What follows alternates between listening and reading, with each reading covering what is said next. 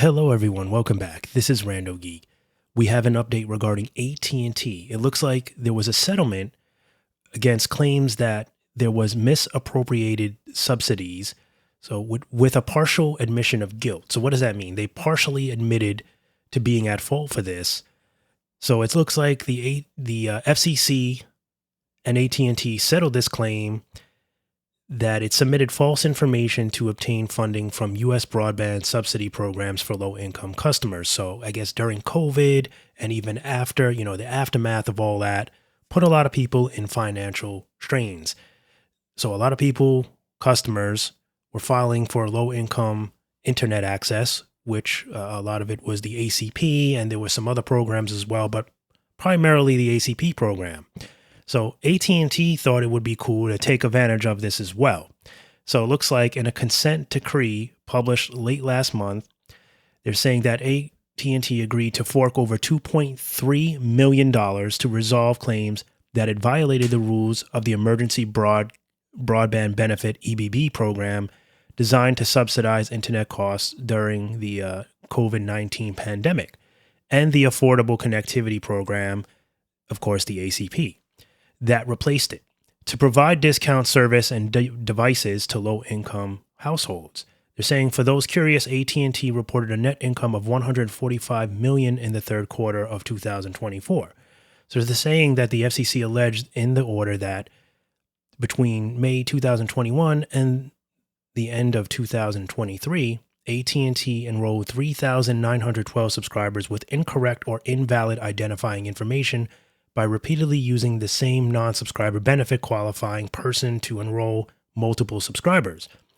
So as well as allowing 21 in-store sales reps without appropriate certifications to enroll at least 220 subscribers with similar incorrect information. They're saying in the third instance, AT&T was alleged to have violated an ACP requirement that telcos were only eligible for reimbursement under the program if a subscriber had used their service at least once in the past 30 days.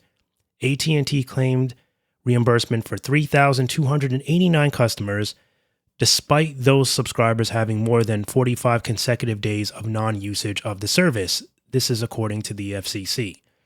In all three cases, they're saying, AT&T was required to certify its claims under penalty of perjury. The FCC argued that it did exactly that. And what's more, that the AT&T actions amounted to fraud under the ACP program. AT&T admitted to at least some parts of the allegations. They're saying that AT&T admits for the purpose of this consent decree and for the commission's civil enforcement purposes that the allegations contain a true and accurate description of the facts underlying the investigation. They're saying AT&T didn't make any other admissions, according to the FCC. They're saying a condition of AT&T's acceptance of the claims is that, as spelled out in the decree, to avoid further expenditure of public resources, the Bureau agrees to terminate investigation into the telco giant's activities. As part of this agreement, AT&T will also have to designate someone at corporate level to serve as a compliance officer to ensure the rules for any future ACP-like program funding, programs are followed. AT&T will also have to implement a compliance program that includes training, written procedures, and oversight of the third parties, vendors, and resellers. Most of AT&T's obligations under the consent decree will only take effect if an ACP successor goes into effect. They're saying, however, it has to appoint a compliance officer regardless of the future program funding. So it looks like there was a statement here which I want to read to you guys so you have the full picture of what we're talking about. From AT&T, looks like they said when the federal government acted during the COVID-19 pandemic to stand up the emergency broadband benefit program and then the Affordable Connectivity Program, we quickly implemented both programs to provide more low-cost internet options for their customers. Without answering any specific questions, AT&T says we take compliance and with federal programs like these seriously and appreciate the collaboration with the FCC to reach a solution on this matter. They're saying that John Stankey, aka the CEO of AT&T, said in June that he wanted the FCC to force U.S. telecommunications companies, which we talked about in other videos, to contribute more cash. He feels that why should they have to carry the burden? He's also been against tech giants like Meta, etc., who use AT&T's network to basically profit as well.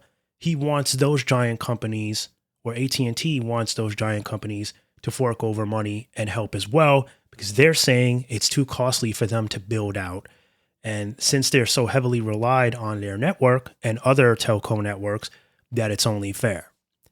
All right, so contribute more cash to the Universal Service Fund, USF, the program that provides subsidies for telecom services to low-income households. They're saying the USF is already funded by U.S. telcos, but currently only through a surcharge on voice services, both traditional and VoIP, voice over internet, but not other internet services.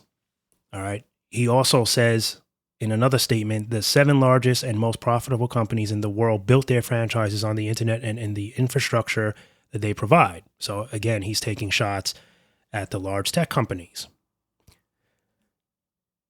He said, why shouldn't they participate in ensuring affordable and equitable access to their services of today that are just as indispensable as the phone lines of yesteryear? So in other words, he's saying it's not that he wants AT&T to pay more. He wants other folks to foot part of the bill too. So again, he's been very vocal about that in the past. This is nothing new, but this is a reiteration of that because, it's to some degree, he's correct. I think there needs to be some kind of bridge to be gapped. Like they got to bridge the gap between telco and some of these tech giants, especially since they do rely on the internet service provided by our favorite telcos, AT&T, Verizon, in some cases T-Mobile. So I think that they kind of need to meet halfway. But nonetheless, I mean, 2.3 million, it should be more.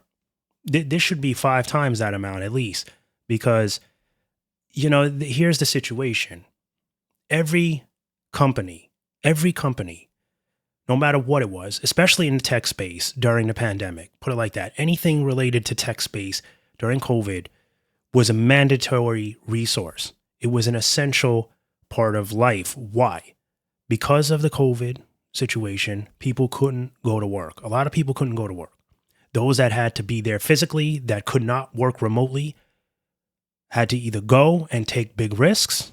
And if you weren't allowed to go for a while because of the situation, they didn't know how severe the situation actually was, you were out of a job for a little bit. Maybe they called you back in. I mean, a lot of retail positions were axed. Like those people were let go and that was it.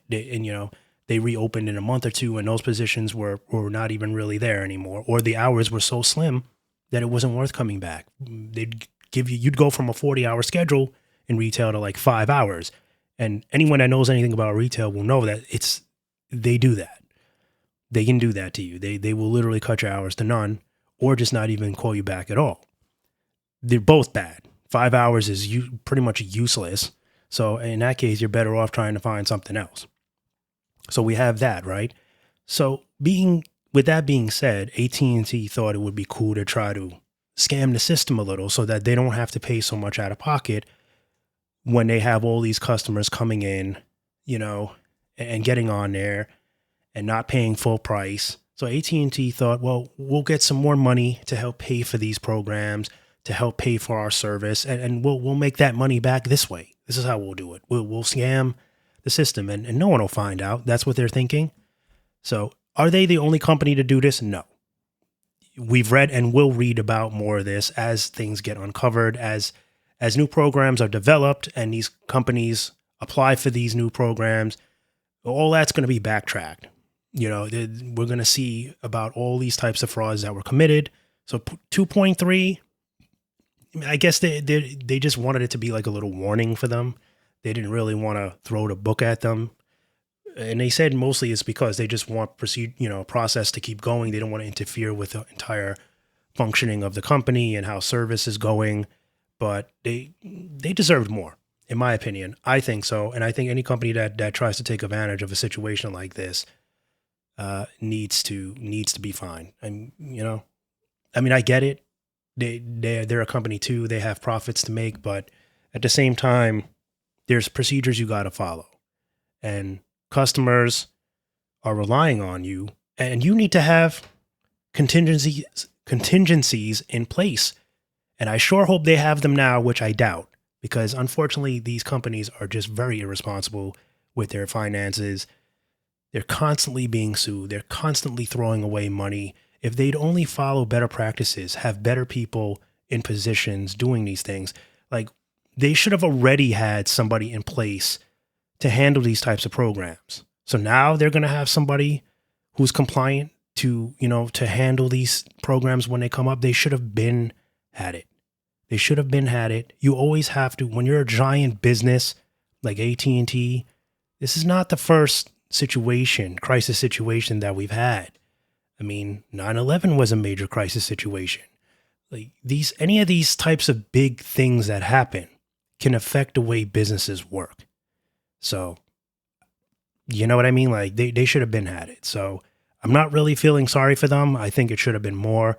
And hopefully it's a wake up call for the other two carriers and tech giants alike. Like, don't mess around like this, As always, thank you guys so much for stopping by and watching, and I'll catch you in the next one. Bye for now.